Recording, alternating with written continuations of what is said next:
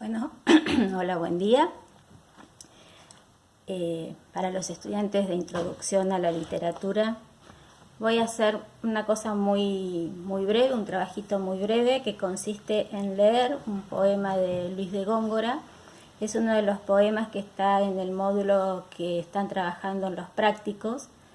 Leerlo y tratar de encontrar algunas cuestiones formales en relación precisamente con lo que están trabajando todavía sobre los formalistas rusos, la cuestión del análisis formal y el concepto de artificio en literatura. Es un poema muy conocido y una de las cuestiones por las cuales lo elegí para ejemplificar, como ofrecer una especie de guía en el trabajo que ustedes están haciendo en sus casas, es no solamente que se trata, o mejor dicho, no solamente se trata de un poema muy conocido que pertenece al canon universal de la literatura, sino que además de conocido, si uno lo lee por primera vez, se puede decir simplificando que no entiende nada. Si hablamos del oscurecimiento de la forma, de la dificultad de la percepción, aquellos conceptos que Shklovsky nos había traído respecto de esa distancia que se produce entre el acercarse a la obra, en este caso al texto, y ese tiempo, esa dilación entre la percepción y el descubrimiento o la visión. Bueno, si hablamos de esas cuestiones, este es un poema que precisamente sirve para ejemplificar esa dificultad en la percepción. Lo voy a leer primero. Cuando los poemas no tienen nombre, en este caso es un soneto, se lo reconoce y se lo conoce a partir de su primer verso. Entonces, como el primer verso de este poema dice, mientras por competir con tu cabello, yo lo podría leer a la usanza española, cabello, y lo podría leer al estilo argentino, cabello. Bueno, voy a intentar hacerlo a la usanza española, a ver cómo me sale. Mientras por competir con tu cabello, oro bruñido al sol relumbra en vano. Mientras con menosprecio en medio del liano, mira tu blanca frente el lilio belio. Mientras a cada labio, por cogelio, siguen más ojos que al clavel temprano, y mientras triunfa con desdén lozano del luciente cristal tu gentil cuello, goza, cuello, cabello, labio y frente, antes que lo que fue en tu edad dorada, oro, lilio, clavel, cristal luciente, no solo en plata o viola troncada se vuelva, mas tú y helio juntamente, en tierra, en humo, en polvo, en sombra, en nada. Cuando un argentino lee este poema, un argentine lee este poema, creo que todos lo leemos así. Mientras por competir con tu cabello, oro bruñido el sol relumbra en vano, mientras con menosprecio en medio del llano, mira tu blanca frente el lilio bello, mientras a cada labio por cogello siguen más ojos que al clavel temprano, y mientras triunfa con desdén lozano del luciente cristal tu gentil cuello, goza, cuello, cabello, labio y frente, antes que lo que fue en tu edad dorada, oro, lilio, clavel, cristal luciente, no solo en plata o viola troncada se vuelva, mas tú y ello, juntamente, en tierra, en humo, en polvo, en sombra, en nada. Estos poemas, esta serie de poemas se entra justamente en una temática que se ha denominado Carpe Diem. El Carpe Diem, a veces ligado al memento moris, que es uno se traduce como aprovecha el día, recoger de la vida la belleza y la vitalidad mientras la haya y exista, y el memento moris es recuerda que vas a morir, que es uno de los espacios que más cultivó precisamente el periodo en donde se inscribe Luis de Góngora. Todo esto lo van a ver en su momento también muy detenidamente en literatura española. Este poema se inscribe dentro de esa temática del carpe diem, aprovechad, la belleza, porque es perenne, conjuntamente con el paso del tiempo, ella se descompone. Los sonetos, que tienen una estructura fija, y acá ya estamos hablando de una cuestión formal, la poesía se ha caracterizado durante centenios, durante siglos, por estar escrita en verso, hasta que en determinado momento se habla ya de poesía en prosa. Esa es una cuestión también formal que hace a la evolución o al cambio del género. Cuestiones todas, por supuesto, que van a ir viendo a lo largo de la carrera. Si me detengo en cada una de ellas, este videíto que intenta hacer de 15 minutos no lo va a hacer, y esta vez sí a los 15 me propongo culminar, porque se trata precisamente de ayudarlos bueno, con esta tarea de ver cuáles son los aspectos formales en un poema clásico, barroco en este caso, pero clásico en el sentido de ajustarse a una forma métrica, una forma, valga la redundancia, estructural, formal. Un soneto está compuesto por 4 estrofas, las 2 primeras de 4 versos, las 2 últimas de 3 versos, con rima, cabello, bello, vano, llano. En este caso la rima, vos solamente la del la primera estrofa es A, B, B, A, riman el primer verso con el último verso, el segundo verso con el tercer verso. Eso también, la rima es una cuestión formal. Asimismo, el soneto se caracteriza por una manera, una estrategia puede decirse, una costumbre de exponer temáticamente su tema o su desarrollo. Los primeros 2 cuartetos se expone, se plantea una temática, y en los 2 segundos tercetos, es decir, el tercer y cuarta estrofa, que son de 3 versos, cada una de ellas, se plantea no diría una conclusión, porque no es un argumentativo, por supuesto, un poema, pero se va recogiendo, se va retomando todo lo anteriormente expuesto y dicho para llegar a el último verso. Este último verso, quizás uno de los más recordados, por algún motivo como prendado de aquellos que somos lectores. Hay versos sueltos, quizás no nos acordemos el poema de memoria, pero sí el último verso, ¿no? En tierra, en humo, en polvo, en sombra, en nada. Esta degradación de los elementos, que tiene que ver precisamente con la degradación de la belleza, con la degradación de la materia humana, el cuerpo con el que estamos hechos, y cómo estamos sometidos al paso del tiempo, a la vida, a la muerte y a la desintegración.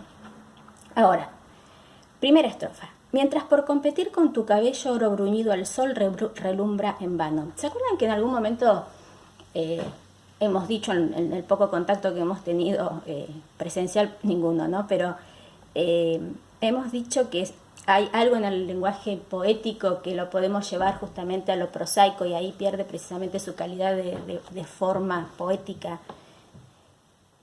Si tuviésemos que reconstruir como para ser entendible y accesible, ¿no?, qué es lo que están diciendo estos 2 primeros versos, sería algo así como: mientras por competir con tu cabello oro bruñido al sol relumbra en vano. El recurso formal que se percibe, que podemos observar, es el hiperbatón, es decir, el desordenamiento de una estructura sintáctica más clara, más lógica, más fácilmente perceptible y fácil de percibir y comprender, es decir, reordenado y destruido, porque reordenar no quiere decir ordenar siempre, pero justamente para que se entienda esta alteración del orden sintáctico y lógico del discurso sería: mientras que el sol relumbra en vano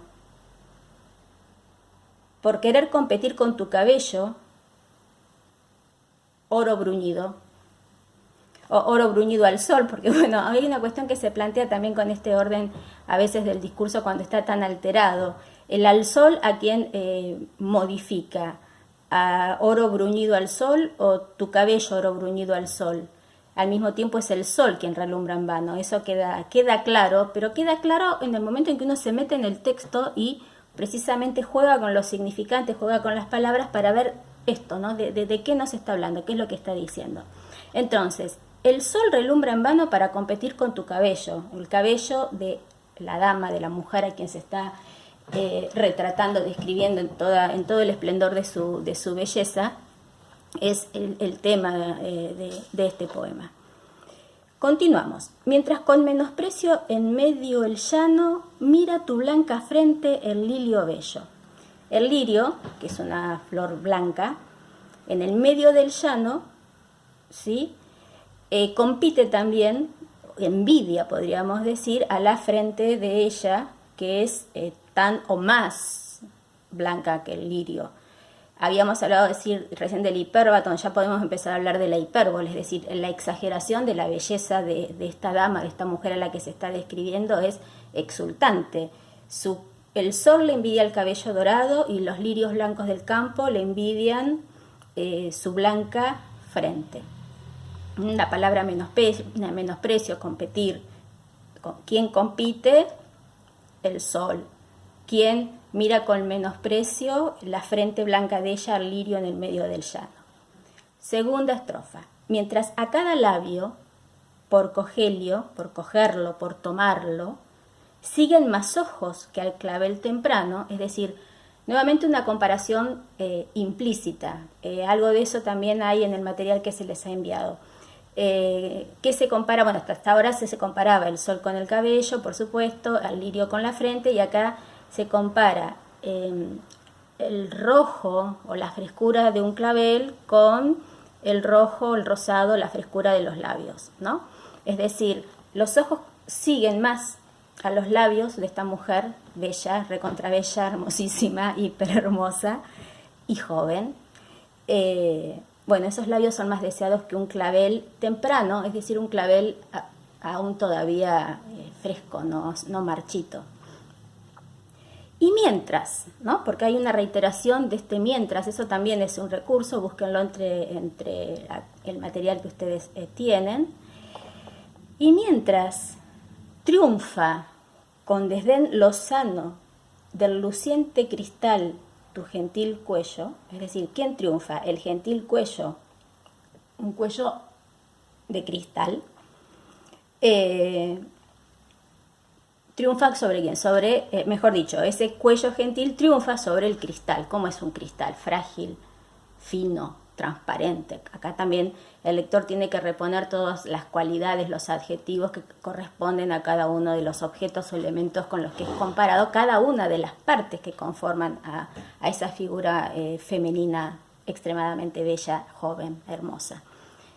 Y acá empieza los segundos dos tercetos. Goza, es el carpe diem, goza, aprovechar, es una orden.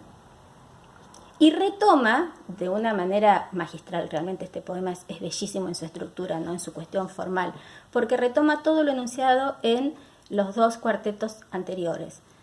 Cuello, cabello, labio y frente. Prácticamente este sujeto femenino extremadamente bello, como hemos dicho, está metonomizado. ¿Qué quiere decir? Está nombrado a partir de sus metonimias. Tanto la frente como el cabello, como los labios, como el cuello son partes, no es la mujer completa, son partes, pero esas partes hablan del todo a ella. Es hermosa, bella, puede competir con lo más excelso de la naturaleza y va a salir ganando. Entonces dice goza, vuelvo a repetir, orden, cuello, cabello, labio y frente, va retomando todos aquellos elementos dispersos y los junta en una línea antes, marcando la cuestión temporal, de lo que fue en tu edad dorada, una metáfora, la edad dorada es la juventud. Oro, lilio, clavel, cristal luciente, fíjense entre el primer verso de este terceto y el tercer verso de este terceto, cómo se van correspondiendo los elementos. Al cuello le corresponde cristal luciente, al cabello oro, al labio clavel y a la frente cristal luciente. Todo eso que estaba, no digo descompuesto, pero que estaba esparcido y desarrollado en los dos primeros cuartetos, en este primer terceto ya empiezan a reunirse, dando partes por el todo, adjetivos y cualidades por el todo, elementos que pertenecen a la dama por elementos que pertenecen a esa naturaleza, exaltada la naturaleza, pero en la mujer toda esa naturaleza se congrega creando una imagen de belleza absoluta y competitiva. Hay un encabalgamiento abrupto, es decir, se encabalga, quiere decir que el último verso del terceto anterior se tiene que leer no haciendo una pausa, sino continuando con el primer verso del último terceto. Entonces sería: antes que lo que fue en tu edad dorada, oro, lilio, clavel, cristal luciente, no solo en plata o viola troncada se vuelva, es decir, no solamente del dorado pase al plateado, es decir, de relucir pase a opacarse, de brillar pase a deslucirse, es decir, de la plata tiene que ver, por supuesto, también con las canas, y el dorado tiene que ver con el esplendor. Entonces, no solamente de joven a vieja pases, te transformes, mutes, no solamente vieja, sino más tú, es decir, tú, se refiere a esa mujer a la que le está escribiendo el yo poético, y ello es todas las partes que componen a ese tú, los labios, la frente, el cuello, el pelo, se tornen o se vuelvan o se transformen en tierra, es decir, la muerte, en humo, un elemento más abyecto todavía que la tierra, es decir, más desintegrado, en polvo, más desintegrado, en sombra, más desintegrado, en nada, es decir, prácticamente no hay un sentido de trascendencia en el poema, es decir, nos convertimos en nada, aquello que en alguna vez fue belleza espléndida, pura en el sentido de pura belleza, no en un sentido moral, sino estético. Bueno, es un carpe diem conjuntamente con el memento moris, es decir, aprovechad esa juventud antes, no solamente que se vuelva vieja, y no solamente antes de que se muera, sino antes de que se convierta en nada. Este último verso, vuelvo a repetirlo creo que por tercera vez, en tierra, en humo, en sombra, en polvo, en nada, obliga incluso a leerlo lentamente, también como en una, no una declamación, ¿no? Pero en un ritmo en descenso, no increyendo. En tierra, en humo, en polvo, en sombra, en nada.